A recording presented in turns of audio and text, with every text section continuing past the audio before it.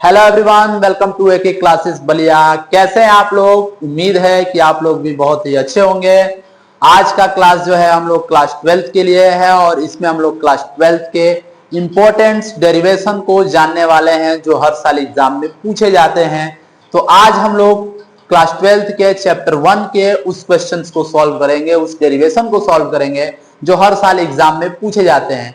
पिछले वीडियो में हम लोगों ने चैप्टर 1 के शॉर्ट्स क्वेश्चन को जाने जो 3 नंबर और 4 नंबर में पूछते हैं, उसमें थ्योरी और न्यूमेरिकल दोनों के बारे में हम लोगों ने सॉल्व किया था।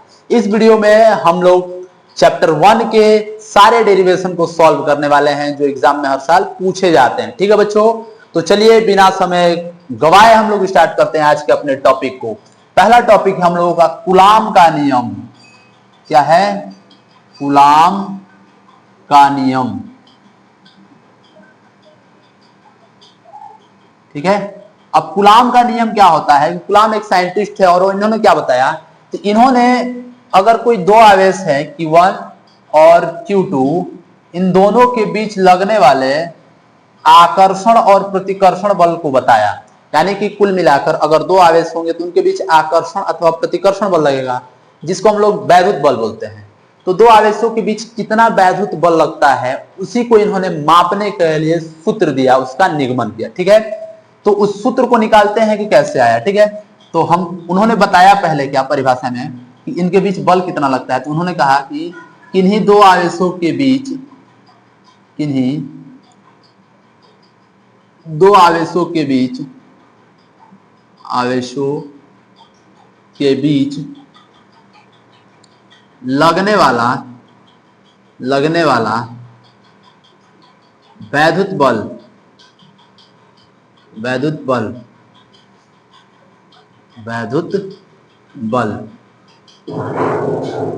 उन आवेशों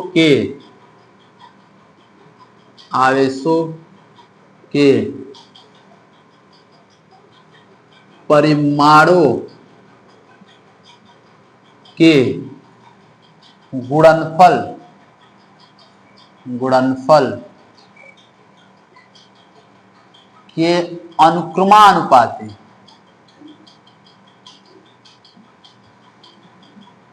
तथा उनके बीच के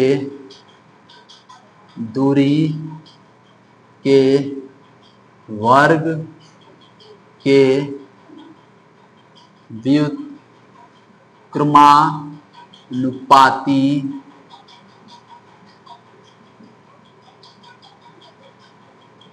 होता है। ठीक है, तो इन्होंने ये परिभाषा दिया। क्या दिया कि इन्होंने बताया कि यदि कोई दो आवेश हैं Q1 और Q2, ठीक है, यदि कोई दो आवेश है Q1 और Q2, इनके बीच जो वैद्युत बल लगेगा, ठीक है, दो आवेश Q1 और Q2 एक दूसरे से कितनी r दूरी पर है, कितनी दूरी पर है? r दूरी पर है। तो इनके बीच जो वैद्युत बल लगेगा, क्या वैद्युत बल लगेगा, वो अनुक्रमानुपाती होगा। किसके? इन दोनों आवेशों के परिमाणों के गुणनफल के अनुक्रमानुपाती होगा। यानी इसका मान और इसका मान दोनों का गुणनफल करा दिया जाएगा तो इनके बीच लगने वाले बल के बराबर लगभग होगा, यानी अनुक्रमानुपाती होगा। दूसरी चीज इन्होंने कहा कि इनके बीच जो लगने वाला बल होगा वो व्युत्क्रमानुपाती होगा, इनके बीच की दूरी के वर्ग के व्युत्क्रमानुपाती होगा। अर्थात इनके बीच की दूरी जितनी ज्यादा रहेगी इनके बीच लगने वाला बल उतना ही कम रहेगा, इन दोनों का मान जितना ज्यादा रहेगा उतना ही ज्यादा बल लगेगा। वही परिभाषा के रूप में यहाँ लिखा गया है कि किन्हीं दो आवेशों के बीच लगने वाला वैद्युत बल उन आवेशों के परिमाणों के गुणनफल के अनुक्रमानुपाती तथा उनके बीच के दूरी के वर्ग के व्युत्क्रमानुपाती होता है। अब इन दोनों को मिला दिया जाए तो हम लिख सकते हैं F अनुक्रमानुपाती Q1 Q2 तथा व्युत्क्रमानुपाती R। इन दोनों को मिलाकर हम एक में ऐसे लिख सकते हैं। जब इस अनुक्रमानुपाती को हटाते हैं तो एक नियतांक आता है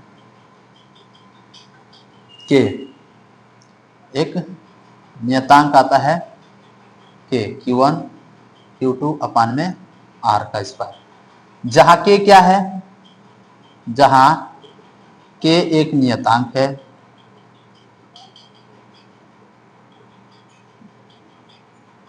ठीक है, जहां के क्या है, एक नियतांक है जो क्या करता है, इन दोनों आवेशों के बीच के माध्यम को रिप्रेजेंट करता है कि दोनों आवेशों के बीच में हवा है कि पानी है तेल है, वो माध्यम को बताता है। तो जहां के क्या है, नियतांक है जिसका मान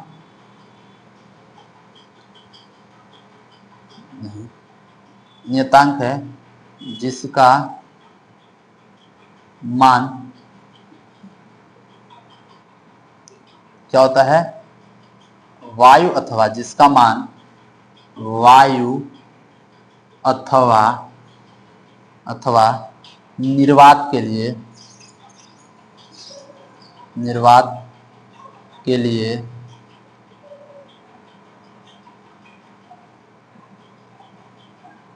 के का मान, अगर इन दोनों आवेशों के बीच वायु अथवा निर्वात हो तो के का मान हम लोग लिख सकते हैं 1 अपान में 4 पाई एप्सिलॉन नॉट या 9 गुणे 10 के घात 9, ठीक है, न्यूटन मीटर का स्क्वायर प्रति कूलाम का स्क्वायर, ठीक है। तो अगर यहाँ इन दोनों आवेशों के बीच वायु अथवा निर्वात होता है तो उस कंडीशन में हम लोग इस के का मान जो होता है 1 अपान में 4 पाई एप्सिलॉन नॉट या 9 गुणे 10 की घात 9 लिख सकते हैं, ठीक है। यानी कि अतः वायु अथवा निर्वात की स्थिति में हम लोग क्या लिख सकते हैं, F बराबर 1 अपान में 4 पाई एप्सिलॉन नॉट Q1 Q2 अपान में R का स्क्वायर, ठीक है। क्या हो जाएगा, 1 अपान में 4 पाई एप्सिलॉन नॉट Q1 Q2 अपान में R का स्क्वायर। कब, जब इन दोनों आवेशों के बीच वायु अथवा निर्वात हो तब, ठीक है। अब जो है कि यहां एप्सिलॉन नॉट का है, तो यहां क्या है, एप्सिलॉन नॉट माध्यम की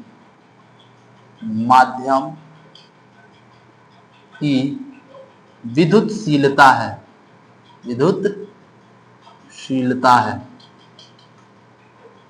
ठीक है। एप्सिलॉन नॉट क्या है, माध्यम की विद्युतशीलता है जिसका मान क्या होता है, एप्सिलॉन नॉट का मान 8.85 इंटू 10 का पावर -12 कूलाम का स्क्वायर प्रति न्यूटन मीटर का स्क्वायर, ठीक है। ये हमारा क्या हो जाता है, विद्युतशीलता का मान हो जाता है, ठीक है। ये हो गया हमारा सूत्र, क्या कि पहले और दूसरे आवेशों के बीच अगर वायु अथवा निर्वात हो तो, अगर वायु अथवा निर्वात की जगह पर दोनों आवेशों के बीच कोई अन्य माध्यम हो, जैसे कागज भरा हो, तेल भरा हो, पानी भरा हो या कोई अन्य माध्यम हो, तो उस कंडीशन में इनके बीच क्या उतना ही बल लगेगा, नहीं, वायु के कंडीशन में बल अलग होगा और अन्य माध्यम के कंडीशन में बल अलग होगा। तो जब इन दोनों के बीच कोई अन्य परावैद्युत पदार्थ भरा हो, ठीक है, जब यदि आवेशों के बीच कोई परावैद्युत पदार्थ,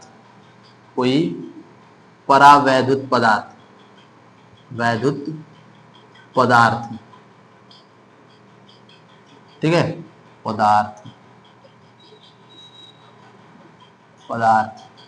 कोई परावैद्युत पदार्थ के भरा हो, परावैद्युत पदार्थ जैसे क्या हो जाएगा, कांच, ठीक है, रबड़ भरा हो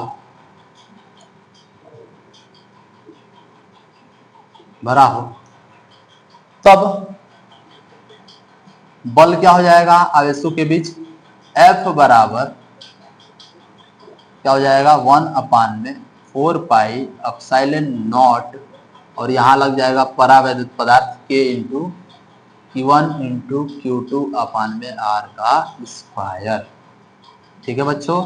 ये हो गया मात्रा, क्या हो जाएगा इसका, न्यूटन बल है तो ये हमारा क्या हो गया, कूलाम का पहला जो है, सॉरी पहला डेरिवेशन हम लोगों को सॉल्व हो गया। ठीक है, कूलाम का नियम। तो कूलाम ने क्या किया था कि दो आवेशों के बीच लगने वाले बल को बताया था। कितना बल लगेगा, तो दोनों आवेशों के परिमाणों के गुणनफल के अनुक्रमानुपाती लगेगा और इनके बीच की दूरी के वर्ग के व्युत्क्रमानुपाती लगेगा। इनके बीच की दूरी कितना है, उसके वर्ग के व्युत्क्रमानुपाती लगेगा।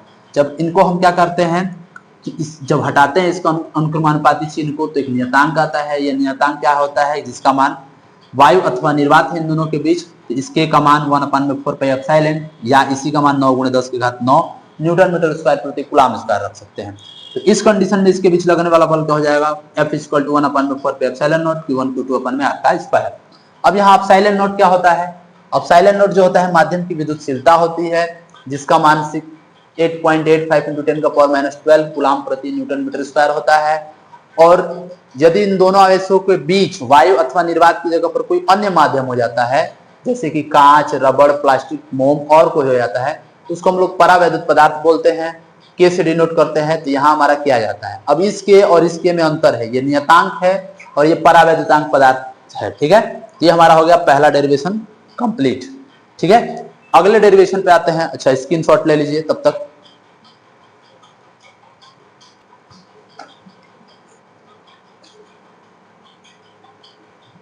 चलिए बच्चे दूसरे डेरिवेशन को समझते हैं। ठीक है,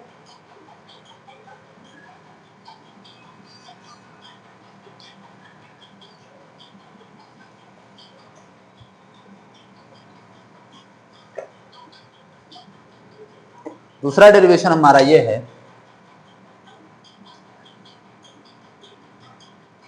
किसी आवेश के कारण, किसी आवेश के कारण किसी बिंदु पर, किसी बिंदु पर, किसी बिंदु पर वैद्युत क्षेत्र की तीव्रता। ठीक है, तो अगला टॉपिक हम लोग का ये है, किसी आवेश के कारण किसी बिंदु पर वैद्युत क्षेत्र की तीव्रता। अब इसमें क्या होता है, ठीक है, देखिए कि टॉपिक हमारा ये कह रहा है कि कोई आवेश है, ठीक है, और इसके कारण कोई बिंदु है, कोई आवेश है और इसके कारण यहाँ कोई आवेश है और इससे कुछ दूरी पर एक बिंदु है जिस पर इसके कारण तीव्रता ज्ञात करनी है। तीव्रता, ये इस पर आखिर कितनी तीव्रता लगाएगा, तो मान लेते हैं कि ये बिंदु इससे r दूरी पर है। ठीक है, तो मान लेते हैं कि यह बिंदु P जो है, इस बिंदु का नाम देते हैं P, यह बिंदु P जो है इससे r दूरी पर है। अब इस आवेश के कारण इस पर तीव्रता ज्ञात करनी है, तो यहाँ पर भी कोई दूसरा आवेश रहेगा तभी तो पता चलेगा कि इसके साथ कितना आकर्षण और प्रतिकर्षण कर रहा है। तो इसके लिए हम यहाँ पर एक धन परीक्षण आवेश Q0 रख देते हैं। अब Q0 क्या होता है, Q0 को बोलते हैं धन परीक्षण आवेश। एक ऐसा आवेश होता है जो किसी अन्य आवेश पर बल नहीं लगा सकता है, बल्कि दूसरा बल इस पर अपना बल लगा सकता है। ये अपना कोई प्रभाव नहीं छोड़ेगा, इस पर कोई दूसरा प्रभाव लगा सकते हैं।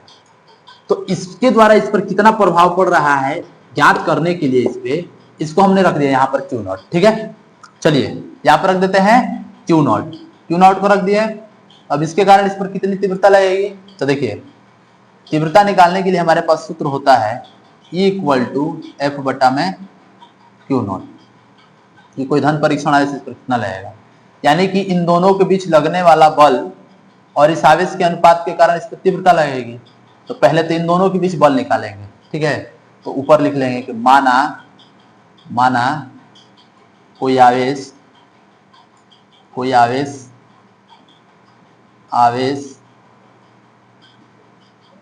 Q किसी माध्यम K में, ठीक है, इनके बीच का माध्यम क्या है, K है, किसी माध्यम K में उपस्थित है, जिससे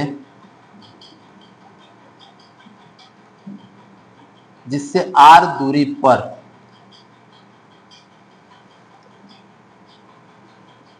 एक परीक्षण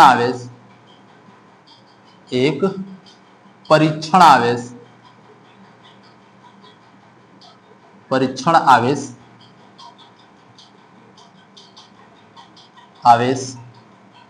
Q नॉट रखा है। ठीक है, तो माना कोई आवेश Q क्या है कि माध्यम A में उपस्थित है। ठीक है, माना कोई परीक्षण आवेश Q माध्यम K में क्या है, उपस्थित है, और जिस r दूरी पर एक बिंदु P है जिस पर हमारा क्या है, परीक्षण आवेश रखा है। ठीक है, इस परीक्षण आवेश पर लगने वाला बल कितना हो जाएगा, तब इनके बीच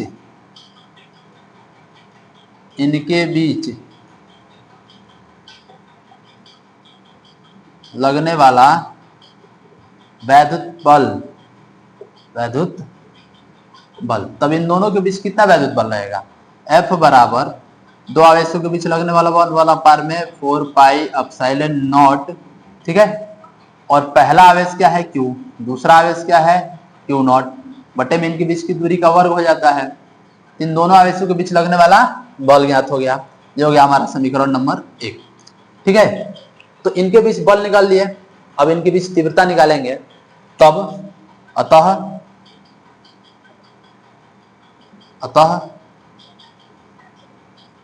तीव्रता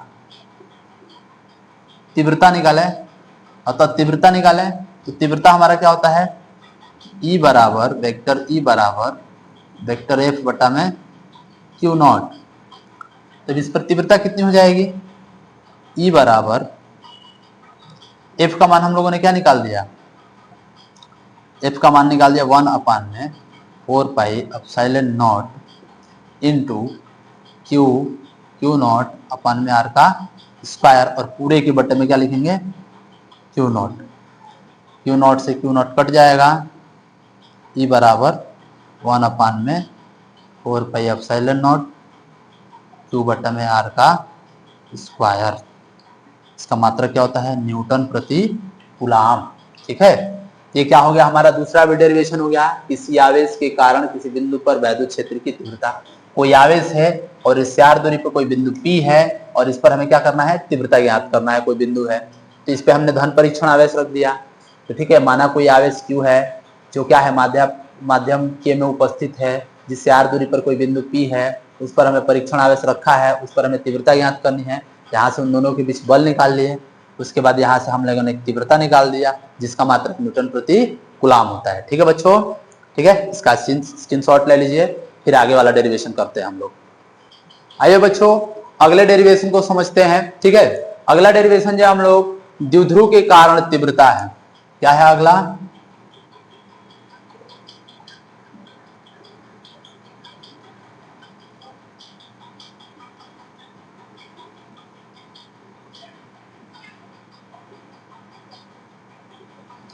द्विध्रुव के कारण तीव्रता। ठीक है, पहला हम लोग पढ़ेंगे अच्छी स्थिति में। देखिए द्विध्रुव के कारण जो तीव्रता होती है दो तरह की होती है। कोई द्विध्रुव है तो दो स्थिति में तीव्रता लगाता है, एक होता है अच्छी स्थिति में, एक होता है निरक्षी स्थिति में।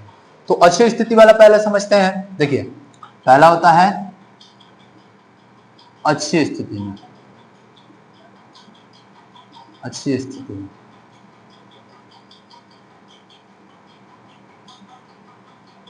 अच्छी स्थिति में क्या है, तो देखिए कि माना कोई द्विध्रुव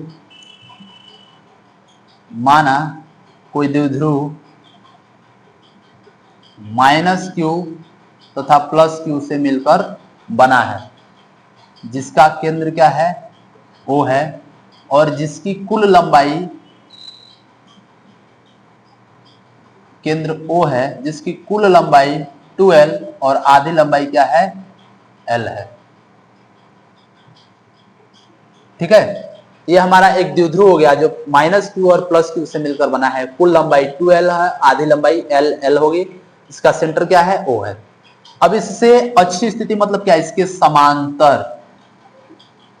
ठीक है, इसके अच्छी स्थिति में कोई बिंदु है P, जिस पर हमें क्या करना है, इस द्विध्रुव के कारण तीव्रता निकालना है। अब देखा जाए कि इस द्विध्रुव पर जो तीव्रता लगेगी इस बिंदु पर दो लगेगी।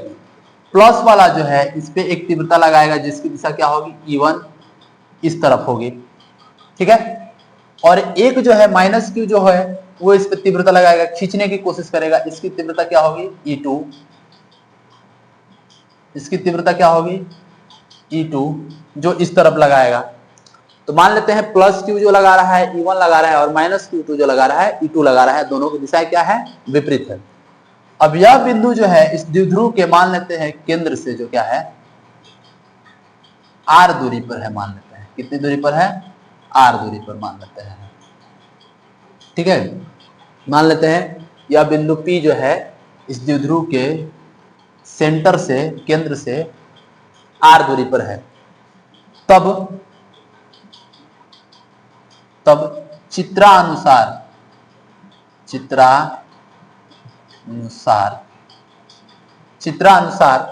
देखा जाए तो प्लस क्यू से P की दूरी, प्लस क्यू आवेश से बिंदु P की दूरी कितनी हो जाएगी, तो देखो प्लस क्यू से बिंदु P की दूरी, यहां से यहां तक की दूरी कितनी है, R। तो इस R में से इतनी दूरी निकाल देते हैं तो प्लस क्यू से P तक की दूरी पता चल जाएगी। तो यहां से इतनी दूरी कितना निकाल सकते हैं, L निकाल सकते हैं, यानी कि R में से L निकाल देंगे तो प्लस क्यू से P तक की दूरी पता चल जाएगी। तो कितना हो जाएगा हमारा, R माइनस L, ठीक है। क्या हो जाएगा, R माइनस L, कहां से, प्लस क्यू से P तक की दूरी। अब निकालते हैं इसी तरह से माइनस क्यू आवेश से P की दूरी। अब इस माइनस क्यू आवेश से इस बिंदु P की दूरी निकाले तो कितना हो जाएगा, तो यहां से यहां तक कितना है, R, और इसमें L जोड़ देंगे तो Q माइनस क्यू से P तक की दूरी क्या हो जाएगी, R प्लस L, ठीक है। तो प्लस क्यू से भी दूरी पता चल गया और R से भी दूरी पता चल, माइनस क्यू से भी पता चल गया। क्यों ऐसा कर रहे हैं, क्योंकि इस बिंदु पर तीव्रता निकालना है, इस बिंदु पर तीव्रता निकालना है इस द्विध्रुव के कारण। इस द्विध्रुव से दो तीव्रताएं लगेंगी, प्लस के कारण अलग और माइनस के कारण अलग। और किसी आवेश के कारण किसी बिंदु पर तीव्रता निकालना है तो हमें दूरी का पता होना जरूरी है, तभी तो पता चलेगा कि ये इस पर कितना लगा रहा है। तो इसके द्वारा लगने वाला तीव्रता निकाल लेंगे, इसके द्वारा लगने वाला तीव्रता निकाल लेंगे, जोड़ देंगे तो हमको कुल तीव्रता पता चल जाएगी, ठीक है। तो यहां से इसकी दूरी पता हो गई, इसकी दूरी पता हो गई। अब इसके कारण इस पर हम तीव्रता निकालते हैं, तब प्लस क्यू के कारण P पर तीव्रता,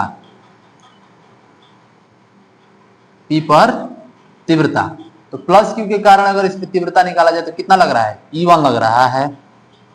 और वो E1 कितना लगेगा भाई, तो हम अभी अभी पढ़े हैं कि कोई आवेश था और उससे R दूरी पर कोई बिंदु P था, तो इस पर ये कितना तीव्रता लगा रहा था, 1/4πε0 Q, ये जो आवेश लगा रहा था, बटे में इसकी दूरी का वर्ग। तो उसी तरह से ये आवेश इस पर कितनी तीव्रता लगा रहा है, E1 लगा रहा है। कितना मान लिख सकते हैं इसकी जगह पर, 1/4πε0 कौन लगा रहा है भाई, Q लगा रहा है।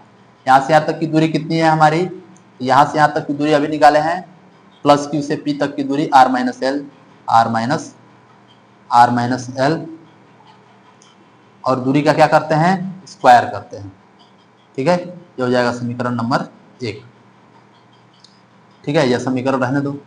उसी तरह से माइनस के कारण P पर तीव्रता निकालें, तो माइनस क्यू के कारण P पर तीव्रता, ठीक है, कितना हो जाएगा, ये हो जाएगा माइनस वाला इस पे कितना तीव्रता लगा रहा है, E2 लगा रहा है, इधर की तरफ खींचेगा तो E2 कितना लगाएगा, 1/4πε0। इस आवेश का परिमाण कितना है, Q, इससे इसकी दूरी कितनी है, R प्लस L, और दूरी का क्या करते हैं, वर्ग करते हैं। तो प्लस के कारण तीव्रता निकल गया, ये माइनस के कारण तीव्रता निकल गया, ठीक है। अब इस पर कुल तीव्रता कितनी हो जाएगी, अतः P पर कुल तीव्रता पी पर कुल तीव्रता निकाले तो E बराबर E1 प्लस E2 जोड़ देंगे। लेकिन क्या है, लेकिन परंतु लिखते हैं, परंतु P पर लगने वाले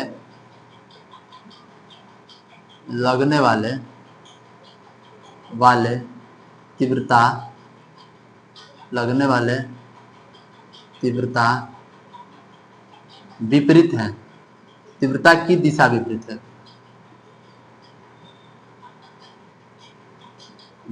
है, ठीक है। लेकिन इस बिंदु पर जो तीव्रताएं लग रही है E1 और E2, इन दोनों की दिशा क्या है, विपरीत है। अतः इस पर लगने वाली कुल तीव्रता E बराबर क्या हो जाएगी, E1 माइनस E2 हो जाएगी। अब E1 में से ही E2 क्यों घटाएंगे, क्योंकि E1 लग रहा है प्लस Q के कारण, और प्लस Q क्या है, इस आवेश से ज्यादा नजदीक है, जिसका बल ज्यादा होगा। और E2 लग रहा है माइनस Q के कारण, और माइनस Q क्या है, इससे ज्यादा दूर है, तो इसके लगने वाला बल है। मान लो कोई बिंदु है, एक बल से धकेल रहा है 10 न्यूटन से, और एक बिंदु है जो इसको खींच रहा है अपनी तरफ 8 न्यूटन बल से, तो ज्यादा बल किसका होगा, 10 न्यूटन वाला 2 न्यूटन के बल से आगे खेत धकेलेगा। ये ज्यादा नजदीक है तो इसका बल ज्यादा होगा, E1 ज्यादा होगा, और ये दूर है तो इसका बल E2 कम होगा, ठीक है। इसीलिए E1 में से E2 घटाएंगे। अब मान रख देते हैं दोनों का, तो E बराबर, E1 का मान है 1/4πε0 Q बटा में R माइनस L का होल स्क्वायर, ठीक है, और माइनस ये तोड़ेंगे तो इसका मान हो जाएगा 1/4πε0, E2 का मान है Q बटा में R प्लस L का होल स्क्वायर। दोनों का मान रख दिया है E1 और E2। अब देखते हैं दोनों में कॉमन क्या है, तो E बराबर, दोनों में देख रहे हैं Q कॉमन है ऊपर, बटे में 4πε0 भी कॉमन है, तो बच क्या जाएगा यहाँ से, इसमें से 4πε0 और Q कॉमन हो गया तो क्या बच जाएगा, 1/R माइनस L का होल स्क्वायर। अब माइनस इसमें भी निकल जाएगा Q और 4πε0, तो बटे में क्या बच जाएगा, 1/R प्लस L का होल स्क्वायर, ठीक है। अब इन दोनों को जोड़ते हैं तो E बराबर क्या हो जाएगा, Q बटा में 4πε0, एलसीएम ले लेते हैं दोनों का, तो ले लेते हैं R माइनस L का होल स्क्वायर और R प्लस L का होल स्क्वायर, ठीक है। ये वाला माइनस वाला कट जाएगा तो प्लस वाला बच जाएगा, तो R प्लस L का होल स्क्वायर ऊपर हो जाएगा माइनस, प्लस वाले से प्लस वाला कट गया तो माइनस वाला ऊपर हो जाएगा, तो R माइनस L का होल स्क्वायर, ठीक है। E बराबर Q बटा में 4πε0 क्या हो जाएगा, यहाँ से इसको तोड़ देंगे तो A प्लस बी का होल स्क्वायर, फिर R का स्क्वायर प्लस L का स्क्वायर प्लस 2RL, अब माइनस इसको तोड़ देते हैं तो क्या हो जाएगा, R का स्क्वायर प्लस L का स्क्वायर माइनस 2RL हो जाएगा। अब बटे में देखा जाए तो अगर इन दोनों का स्क्वायर स्क्वायर है तो हम ले सकते हैं R माइनस L का एक ब्रैकेट, अगर ये स्क्वायर नहीं होता एक तरफ से, मान लो थोड़ी देर के लिए स्क्वायर नहीं है, तो एक ब्रैकेट में प्लस बी और एक ब्रैकेट में ए माइनस बी, तो क्या लिख सकते हैं, R का स्क्वायर माइनस L का स्क्वायर, और इस पे स्क्वायर लगा है तो इस पूरे का होल स्क्वायर देख सकते हैं, ठीक है। ठीक है, यहाँ से E बराबर Q बटा में 4πε0, ठीक है। अब देखिए ब्रैकेट तोड़ते हैं, R का स्क्वायर प्लस L का स्क्वायर, L का स्क्वायर प्लस 2RL, ब्रैकेट तोड़ेंगे तो माइनस क्या हो जाएगा, R का स्क्वायर माइनस L का स्क्वायर और माइनस माइनस प्लस 2RL हो जाएगा, ठीक है। और बटे में क्या हो जाएगा हमारा, R का स्क्वायर और L का स्क्वायर कर दें तो लिख सकते हैं, स्क्वायर कर देंगे तो R का स्क्वायर माइनस L का स्क्वायर का होल स्क्वायर। ठीक है, अब देखिए ये देखिए, ये हमारा माइनस में है, माइनस प्लस कट गया, ये माइनस प्लस कट गया, बच क्या जाएगा 2rl, 2rl प्लस में है, यहाँ हम लिख सकते हैं ई बराबर क्यू बट्टा में 4 पाई एप्सिलॉन नॉट, तो ब्रैकेट में क्या हो जाएगा 4, 2 जुड़ जाएगा 4 हो जाएगा, आर एल बटे में आर का स्क्वायर माइनस एल का स्क्वायर का होल स्क्वायर। ठीक है, ठीक। अब यहां से हम लिख सकते हैं ई बराबर क्यू बटा में 4 पाई एप्सिलॉन नॉट, और इसको हम लिख सकते हैं ऊपर 2 इंटू 2 आर एल, और बटे में ब्रैकेट हटा देते हैं, आर का पावर 4 माइनस एल का पावर 4 स्क्वायर करा देते हैं इस पर। ठीक है, ये हो गया हमारा। अब यहां से देखा जाए अगर, तो ई बराबर, इसको हम ऐसे भी लिख सकते हैं 1 अपान में 4 पाई एप्सिलॉन नॉट, इस क्यू को इधर भेज देते हैं तो क्या हो जाएगा क्यू इंटू 2l को एक साथ ले लेते हैं 2l, और इस 2 को आगे कर देते हैं। ठीक है, इन एक 2 को ले लिए, इसके साथ 2l और एक को अलग कर दिए r, और हमारा बच जाएगा फिर r, अब बटा में r का पावर 4 माइनस l का पावर 4। ठीक है, अब क्या है कि देखिए बच्चों, करेंगे क्या, 1 अपार में 4 पाई एप्सिलॉन हो गया, हमको पता है कि P बराबर Q इंटू 2l होता है। क्या होता है, P बराबर Q इंटू 2l होता है, तो इस Q इंटू 2l की जगह पर क्या लिख सकते हैं, P लिख सकते हैं। तो E बराबर हमारा हो जाएगा 1 अपान में 4 पाई एप्सिलॉन नॉट, इसकी जगह पर लिख सकते हैं P, इस पूरे की जगह पर हो गया P, और क्या बच जाएगा हमारा 2r बटे में r का पावर 4 माइनस l का पावर 4। ठीक है बच्चों, अब देखिए होता क्या है कि अगर हम कोई वैद्युत द्विध्रुव लेते हैं, जैसे कोई चुंबक है, ये इसकी लंबाई यहाँ से यहाँ तक l होती है, और इसका चुंबकीय क्षेत्र बहुत ज्यादा दूर तक बनता है, इसकी दूरी जो हो गई r, यहाँ से r बहुत ज्यादा बड़ी दूरी होती है, और l क्या होता है, बहुत छोटी दूरी होती है, अर्थात l जो होता है, l जो होता है वो r की अपेक्षा बहुत छोटा होता है, l जो होता है वो r की अपेक्षा बहुत छोटा होता है, r क्या होता है l से बड़ा होता है, तो l का मान लगभग हम लोग 0 मान लेते हैं, l वाला टर्म क्या हो जाएगा खत्म। तो E बराबर हमको क्या बच जाएगा 1 अपान में 4 पाई एप्सिलॉन नॉट, ऊपर बच जाएगा 2p r, और बटे में l वाला 0 हो गया, तो r का पावर बच गया 4। अब एक r से एक r खत्म हो जाएगा, तो बच क्या जाएगा, E बराबर 1 अपान में 4 पाई एप्सिलॉन नॉट 2p अपान में r का क्यूब। ठीक है बच्चों, मात्रक न्यूटन प्रति कूलम। ये हो जाएगा हमारा अक्षीय स्थिति, 6 नंबर का क्वेश्चन है आपका। ठीक है, कि अच्छी स्थिति में हम कैसे निकालेंगे तीव्रता, ये निकाल लेंगे। आ रही बात समझ में? ठीक है, चलिए इसका स्क्रीनशॉट कीजिए।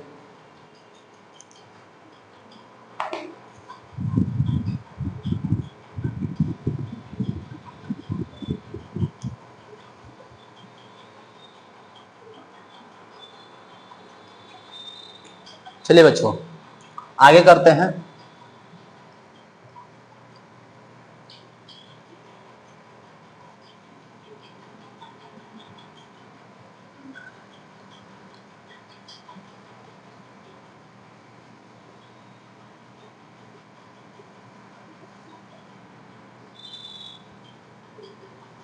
ठीक है, आगे करते हैं। अगला हमारा है, इसमें हम लोग जाना अक्षीय स्थिति में, अब हम लोग जानेंगे निरक्षीय स्थिति में। ठीक है, तो दूसरा हम लोग का हो जाएगा निरक्षीय स्थिति में।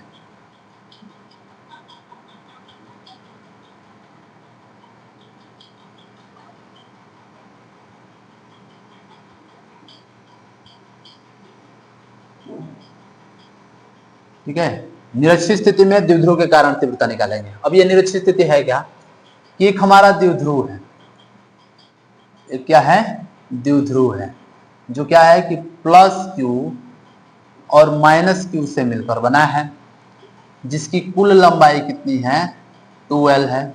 केंद्र क्या है, O है। ठीक है, अब इस द्विध्रुव से निरक्षीय स्थिति में तीव्रता ज्ञात करना है। तो निरक्षीय स्थिति में कोई बिंदु क्या है, इसके लंबवत होती है। ये हो गई बिंदु इसके निरक्षीय स्थिति। इधर कोई बिंदु रहेगा तो अच्छी स्थिति में कहलाएगा, और ऐसे इस साइड रहेगा कोई बिंदु तो निरक्षीय स्थिति में कहलाएगा।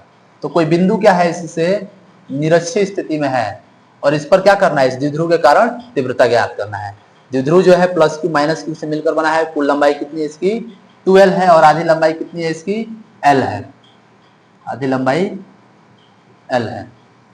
ठीक है, ये प्लस क्यू जो है बिंदु A पर रखा है, और माइनस क्यू जो है बिंदु B पर रखा है। ठीक है, अब इस द्विध्रुव के कारण इस पर तीव्रता ज्ञात करनी है।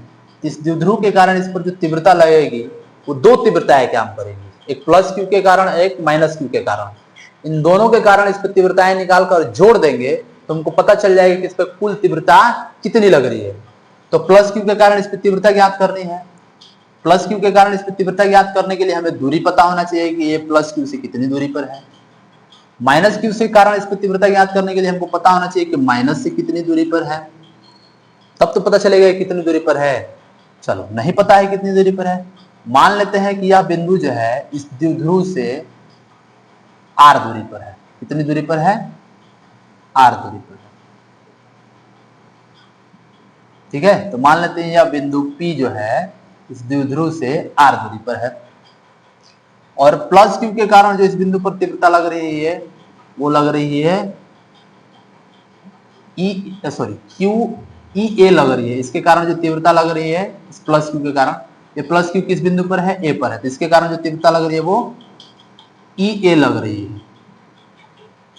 और माइनस क्यू इसको तीव्रता लगाएगा, तो माइनस क्यू के कारण जो तीव्रता लग रही है, तो माइनस क्यू किस बिंदु पर स्थित है, B पर है, इसके कारण जो तीव्रता लग रही है वो मान लेते हैं EB लग रही है। तो माइनस क्यू इस पर तीव्रता लगा रहा है, EB खींचेगा, और प्लस क्यू जो तीव्रता लगा रहा है धकेलेगा, EA। ठीक है, लेकिन इस बिंदु पर दो तीव्रताएं लग रही है, एक B खींच रहा है, माइनस खींच रहा है, और प्लस क्यू धकेल रहा है। तो ये इस बिंदु पर कोई वस्तु रहेगी तो कहाँ जाएगी, इस दिशा में जाएगी, किस दिशा में जाएगी, तो यह ना इस दिशा में जाएगी ना इस दिशा में जाएगी, इस दिशा में जाएगी। क्यों, क्योंकि इसके द्वारा लगाया गया बल और इसके द्वारा लगाया गया बल सेम है, बस इनकी दिशाएं क्या है, अलग अलग है। तो इसके द्वारा जो बल लगेगा, कुल कितना लगाने की कोशिश कर रहा है बेचारा, ये EA लगाने की कोशिश कर रहा है। EA लगेगा नहीं, क्योंकि EB इसको अपनी तरफ खींचने लगेगा, तो इसके बल में थीटा कोण की क्या हो जाएगी, कमी आ जाएगी। इसके बल में क्या हो जाएगी, थीटा कोण की कमी आ जाएगी। तो जब थीटा कोण की कमी आ जाएगी इसके बल में, तो कितना बल लगेगा,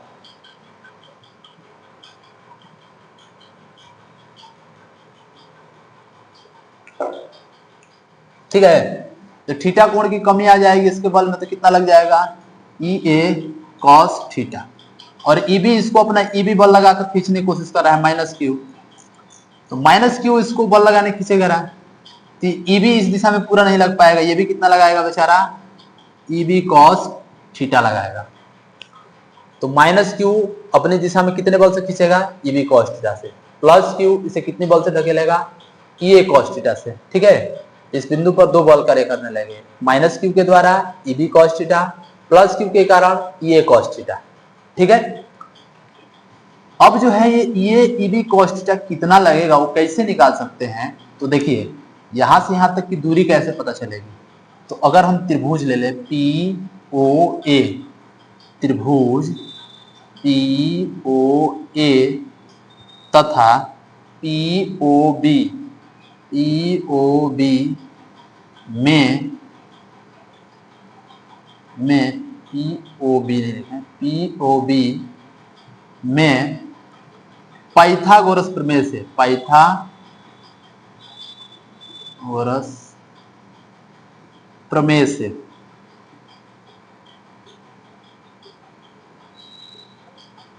ठीक है, क्या करते हैं, पाइथागोरस प्रमेय लगाते हैं इस त्रिभुज POA में, POB में।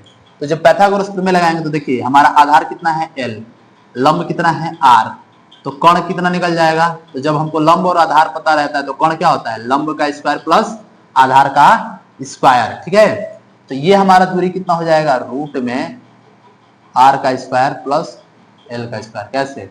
लंब का स्क्वायर प्लस आधार का स्क्वायर। बी से पी की भी दूरी कितनी हो जाएगी? ये भी हो जाएगा हमारा आर का स्क्वायर प्लस एल का स्क्वायर रूट में।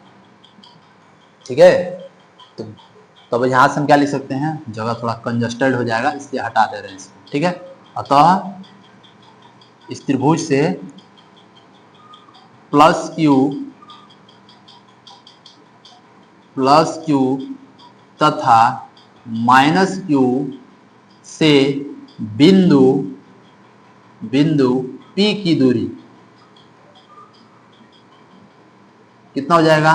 रूट में आर का स्क्वायर प्लस एल का स्क्वायर हो जाएगा। पाइथागोरस प्रमेय से लंब का स्क्वायर प्लस आधार का स्क्वायर, लंब का स्क्वायर प्लस आधार का स्क्वायर, तो बी से पी की दूरी और ए से पी की दूरी पता चल जाएगा। ठीक है, यानी प्लस क्यू से और माइनस क्यू से इसकी दूरी पता चल गया। अब निकालते हैं प्लस क्यू से बिंदु पी पर तीव्रता निकालते हैं।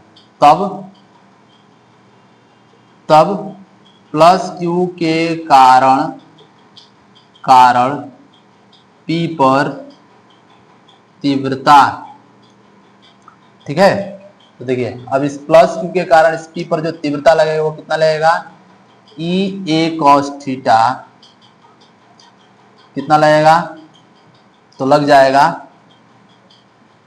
1/4 पाई एप्सिलॉन नॉट। कैसे? तो किसी आवेश के कारण किसी बिंदु पर जो तीव्रता लगता है वो Q/r का स्क्वायर 1/4 पाई एप्सिलॉन नॉट लगता है। उसी तरह से इसके कारण इस पर तीव्रता लगेगा Q बटे में यहाँ से यहाँ तक की दूरी कितनी है हमारी? तो रूट में r का स्क्वायर प्लस l का स्क्वायर का होल स्क्वायर। दूरी का वर्ग करते हैं, ये तो दूरी हो गई, और दूरी का वर्ग करते हैं। ठीक है, तो ये E1 इस पे हो गया हमारा प्लस क्यू के कारण तीव्रता हो गया, और साथ में कॉस थीटा लग जाएगा इसमें। ठीक है, क्योंकि कॉस थीटा इसमें कम हो जाएगा। अब माइनस क्यू इस पे कितना तीव्रता लगाएगा? तो माइनस क्यू के कारण पी पर तीव्रता, माइनस क्यू के कारण इस पर तीव्रता कितना लग रहा है भाई? तो ई भी लग रहा है इसमें। कितना? ई भी लग रहा है। कितना लगेगा वो? 1/4 पाई एप्सिलॉन नॉट। ठीक है, और इसका भी परिमाण क्यू है बटे में यहाँ से इसकी भी दूरी कितनी है? आर का स्क्वायर प्लस एल का स्क्वायर होगा, और दूरी का स्क्वायर कर दिए। पाइथागोरस प्रमेय से दूरी निकाले थे ये, कि हमारे माइनस क्यू के माइनस आवेश के कारण इस पर हो गया। अतः इस बिंदु पर कुल तीव्रता, अच्छा कॉस थीटा इसमें लगेगा, इसका भी मान कम हो जाएगा। यहाँ से थीटा कोण क्या हो जाएगा? कम हो जाएगा। अतः P पर कुल तीव्रता, ठीक है, तो कुल तीव्रता निकाले इस P पर, तो E बराबर दोनों जोड़ देते हैं 1/4 पाई एप्सिलॉन नॉट Q बटा में रूट में आर का स्क्वायर प्लस एल का स्क्वायर का होल स्क्वायर। ठीक है, इनटू कॉस थीटा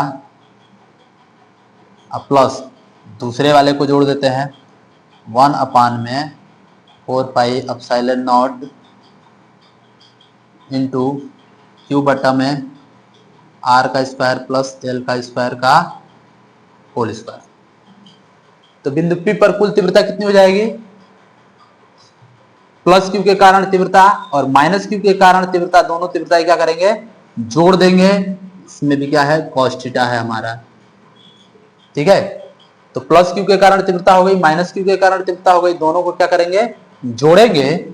यहां से हमारा हो जाएगा E बराबर, अब देखिए तो देखिए सेम है ये कॉस थीटा, और ये भी क्या है? सेम है।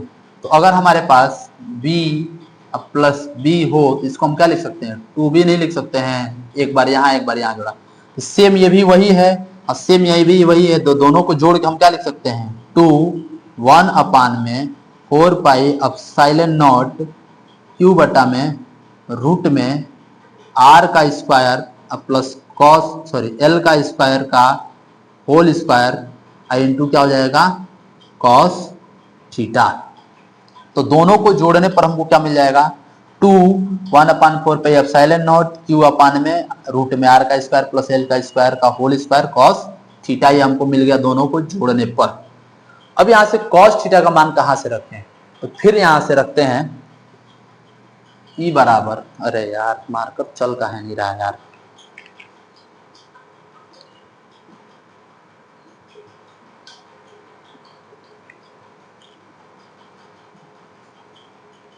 ठीक है। फिर आगे निकाले अगर हम तो ई बराबर क्या हो जाएगा यहां से, देखते हैं त्रिभुज पी ओ ए से, त्रिभुज पी ओ ए से ये वाला त्रिभुज लेंगे तो ये लंब हो गया, आधार हो गया, ये कोण हो गया। इसमें देखा जाए तो कॉस थीटा लगाया जाए, कॉस थीटा बराबर क्या होता है आधार बटा में कोण। तो इस त्रिभुज में अगर कॉस थीटा लगाया जाए तो आधार हमारा क्या है एल और कोण क्या है आर का स्क्वायर प्लस एल का स्क्वायर। तो कॉस थीटा बराबर हम क्या लिख सकते हैं आधार हो गया एल और कोण हो जाएगा रूट में आर का स्क्वायर प्लस एल का स्क्वायर, ठीक है। ये कोण हो गया, ये आधार हो गया।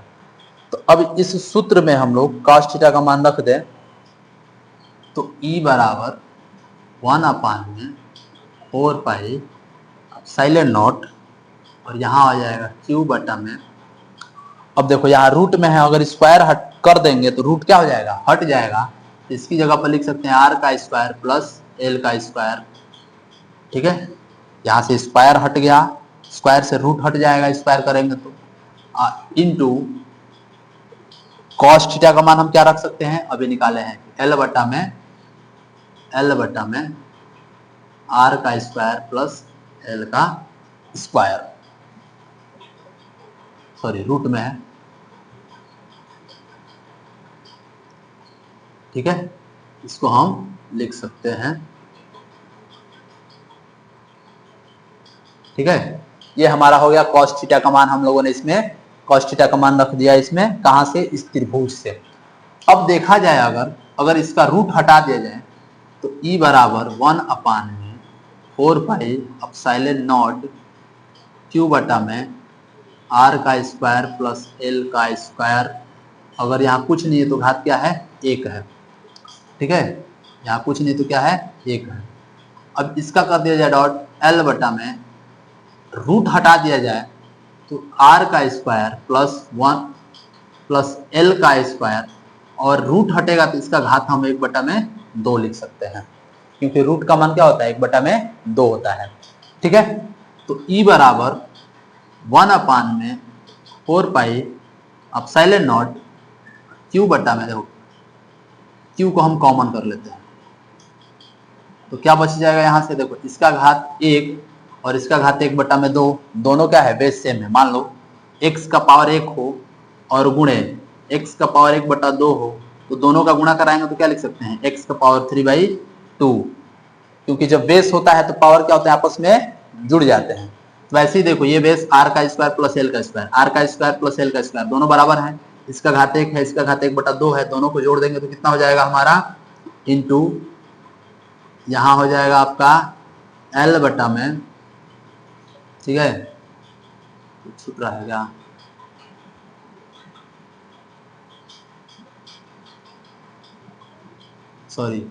हाँ ठीक है। एल बटा में क्या हो जाएगा यहाँ से आपका हो जाएगा आर का स्क्वायर प्लस एल का स्क्वायर का घात 3/2 हो जाएगा। छूट रहा है क्या यहाँ से 2, ये हम लोग छोड़ दिए हैं, ठीक है।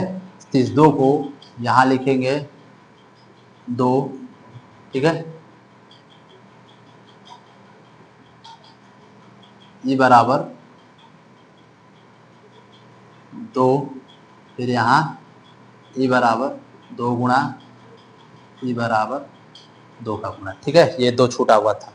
अब यहाँ से रख देंगे ई बराबर, ऊपर हम क्या रख सकते हैं देखिए 1/4 पाई एप्सिलॉन नॉट और ऊपर 2QL का गुणा करा दें तो लिख सकते हैं Q × 2L, इन तीनों का गुणा करा दें ऊपर है तो, और नीचे हमारा क्या बच जाएगा, आर का स्क्वायर प्लस एल का स्क्वायर का घात 3/2। इन दोनों का घात जोड़ दिए, बेस सेम था। तो हमको पता है कि P बराबर Q इंटू 2L होता है। इसकी जगह पर हम रख सकते हैं E बराबर 1/4 और इसकी जगह पर रख सकते हैं P बटा में हो जाएगा हमारा R का स्क्वायर प्लस L का स्क्वायर का पावर 3/2। ठीक है, जहां हमको पता है कि R जो होता है बहुत बहुत ज्यादा लंबा होता है L की अपेक्षा में, तो L को लगभग हम लोग 0 नगण्य मान सकते हैं। तब इस कंडीशन में हमारा E बराबर क्या हो जाएगा, 1/4 ऊपर हो जाएगा P, अब बटे में ये तो L 0 हो जाएगा, तो बच क्या जाएगा R का पावर 2 और गुणे 3/2, तो 2 से 2 कट जाएगा। E बराबर क्या हो जाएगा 1/4 P बटा में R का क्यूब। ये क्या हो जाएगा हमारा निरक्षीय स्थिति में तीव्रता आ जाएगी। उसमें क्या था, अच्छी स्थिति में 2P/r³ आया था, और निरक्षीय स्थिति में क्या आ जाएगा, P/r³ आ जाएगा। ठीक है बच्चों, ठीक है। तो ये हो गया हमारा निरक्षीय स्थिति में वैद्युत क्षेत्र की तीव्रता।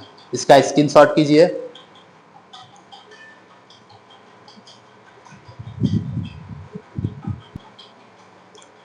चलिए बच्चों, अगला डेरिवेशन करते हैं हम लोग।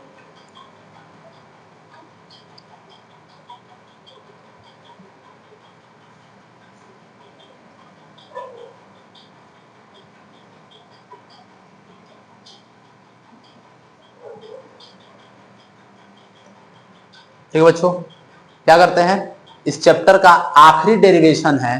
ठीक है, द्विध्रुव पे लगने वाला बल आघूर्ण। किसी द्विध्रुव पर, या इसको हम लिख सकते हैं एक समान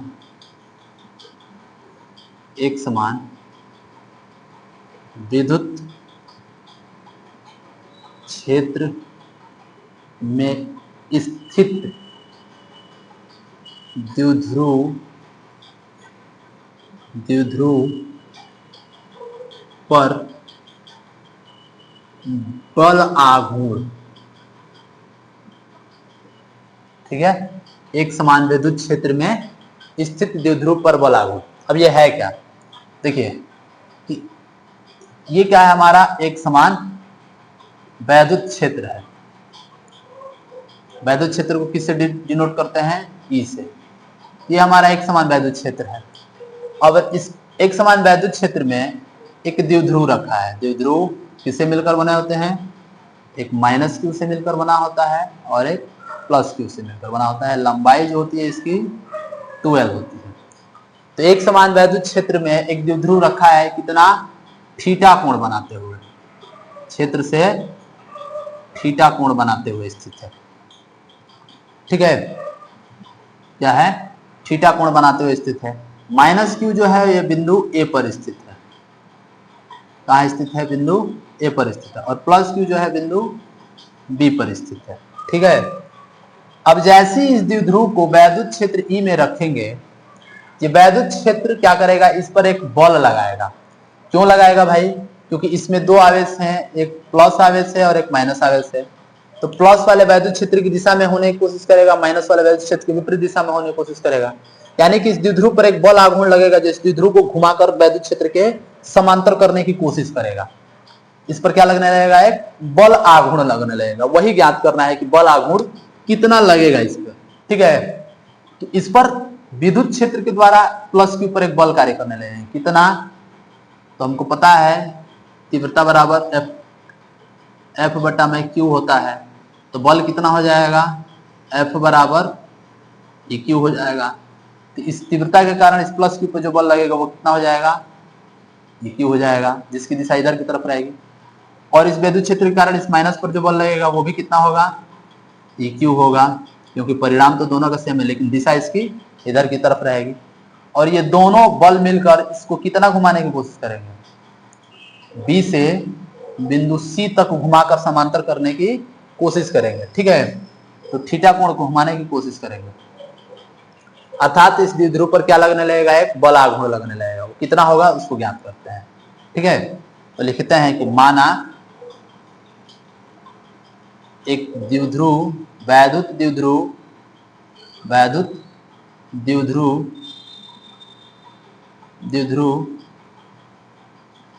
P एक समान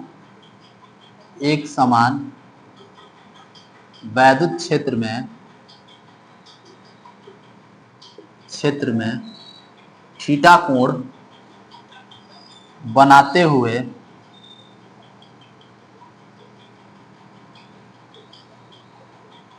स्थित है, ठीक है। तो माना एक वैद्युत द्विध्रुव P एक समान वैद्युत क्षेत्र में थीटा कोण बनाते हुए स्थित है, तब इस द्विध्रुव पर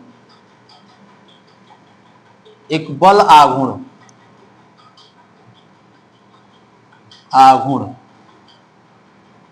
कार्यरत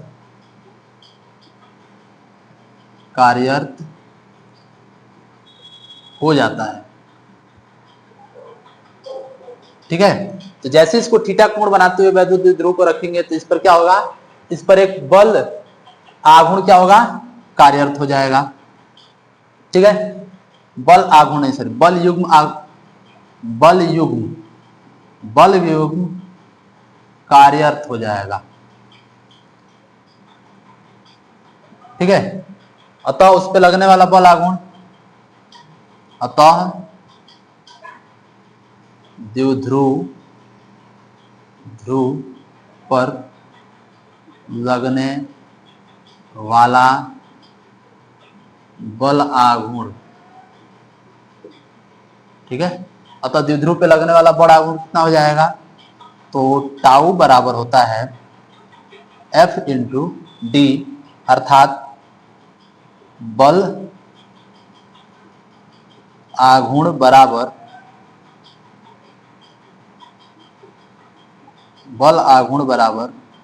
बल गुणे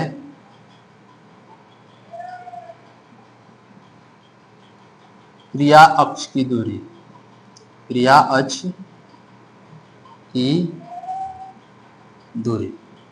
ठीक है।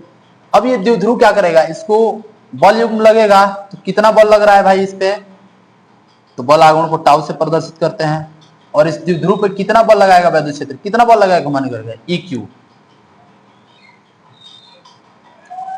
ठीक है। EQ कितना विस्थापित कर देगा, तो यहां से यहां तक लगेगा, इसको समांतर कर देगा, समांतर, ठीक है। तो B से C तक इसको समांतर करेगा, तो गुणे कितना हो जाएगा, क्रिया अक्ष की दूरी BC, B से C समांतर करेगा। अब BC का मान कहां से आएगा, तो BC का मान निकाल लेते हैं, त्रिभुज ले लेते हैं BCA से, ऐसे बनेगा, ये हमारा B है और ये C है और ये हमारा A है। यहाँ से यहाँ तक की दूरी हमको नहीं पता है, थीटा, यहाँ से यहाँ तक हमको पता है कितना है, 12। तो BC कितना हो जाएगा, हम साइन थीटा अगर लगा दें, साइन थीटा बराबर, ठीक है, साइन थीटा बराबर क्या होता है, लंब बटा में कोण। तो इस त्रिभुज में लगा दे तो साइन थीटा, लंब कितना है BC, ठीक है, और कोण कितना हो गया हमारा 12। तो BC बराबर कितना हो जाएगा हमारा, तो BC बराबर हम लिख सकते हैं, BC बराबर 12 साइन थीटा, ठीक है। तो B से C मान कितना आ गया, 12 साइन थीटा। तब यहां से बल आघूर्ण अगर निकाल ले तो हमारा क्या हो जाएगा, टाउ बराबर EQ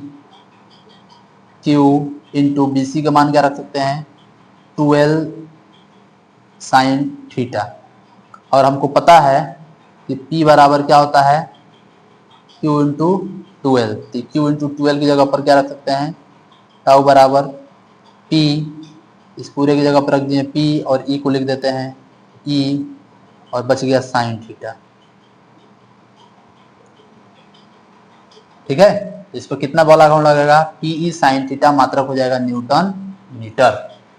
ठीक है, ये हमारा आखिरी टॉपिक था कि किसी द्विध्रुव पे लगने वाला बल आघूर्ण। एक समान वैद्युत क्षेत्र में कोई द्विध्रुव रख दिया है, क्षेत्र से थीटा कोण बनाते हुए, जिसकी लंबाई 2l है, ठीक है, प्लस क्यू बिंदु बी पे रखा है, माइनस क्यू जो है ए पे रखा है, तब इसे घुमाने के लिए बल युग्म लगेगा, अर्थात इस पे बल आघूर्ण लगेगा। कितना लगेगा, तो बल आघूर्ण बराबर बल गुणे क्रिया अक्ष की दूरी होता है। बल लग रहा है हमारा ई क्यू, और अक्ष से क्रिया अक्ष की दूरी कितना घुमाएगा, बी से सी तक घुमाएगा। बीसी का मान निकलेगा कैसे, तो त्रिभुज ले लेंगे हम लोग बी सी ए में हमारा कोण बी एल हो गया, साइन थीटा लगा देंगे, लंब बटा में आधार, लंब हमको नहीं, लंब बीसी हो गया, ठीक है, और सॉरी कोण हमारा निकल गया, यहाँ से रख देंगे। ठीक है बच्चों, तो ये हम लोगों का मोस्ट इंपॉर्टेंट क्वेश्चन थे, जो चैप्टर 1 के जितने भी डेरिवेशन थे मैंने आप लोगों को सॉल्व करवा दिया है। इस तरह से हम लोगों को पहले चैप्टर के 2 नंबर 3 नंबर वाले भी थ्योरी खत्म हो गए, और 6 नंबर वाले भी डेरिवेशन हम लोगों ने सॉल्व कर लिया। न्यूमेरिकल भी लगाए थे 2 नंबर 3 नंबर वाले। अगले वीडियो में हम लोग जो है लॉन्ग वाले जो हमारे न्यूमेरिकल है, 6 नंबर वाले न्यूमेरिकल है, उसको हम लोग सॉल्व करेंगे, और इस तरह से हम लोगों का पहला चैप्टर पूरी तरह से तैयार हो जाएगा। ठीक है बच्चों, तब तक के लिए जय हिंद, जय भारत।